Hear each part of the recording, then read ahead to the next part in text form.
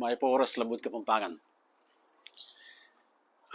Iting kaya katamong kadwandalan labing metong apaman yubok. Ne, gumpisan ko na eh. Ining mo munang dili. Kaya pala tagalugan niya. Tanyang katulid na mas manayon ini kang Kapampangan.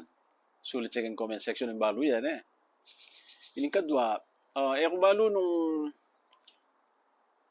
tanggap na yung amano yun kang Kapampangan, dapat isipan ko ing amanong lalo at yung katulid na mas manayon kang Kapampangan. Ne? Balo eh. Ing katlo, mantika. Mantika, Tagalog yan. At yung katulid na mas manayon kang Kapampangan. Ing kapat, pamagbigkas. Ing pamagbigkas, wala mo kay Moyo. Pero tagalugan niya, bigkas eh. At yung katulid din kang Kapampangan. Ing kalima, apadama. Ing apadama, tagalugan niya yan. Balo yung katulid niya kay Kapampangan. Ing kanam, matangkad.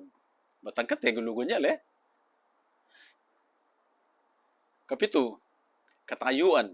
Kamusta na kayang katayuan na kayang biyengin eh? Katayuan. Tagalugan niya yan. At yung katulid na mas manayon niya kay Kapampangan. Taulindili, may ganap. Nung karina kasi may ganap itang kasaldahan na ano.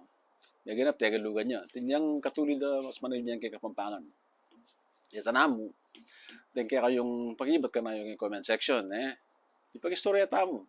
Isibihan tala, no saan ito rin mas manayon na Kapampangan. Ito na mo. Dakala salamat. Pamo. At siya Kapampangan tamo. May pangapampangan tamo. Takakalingon ito, eh. Dakala salamat. Luid. Tamongan.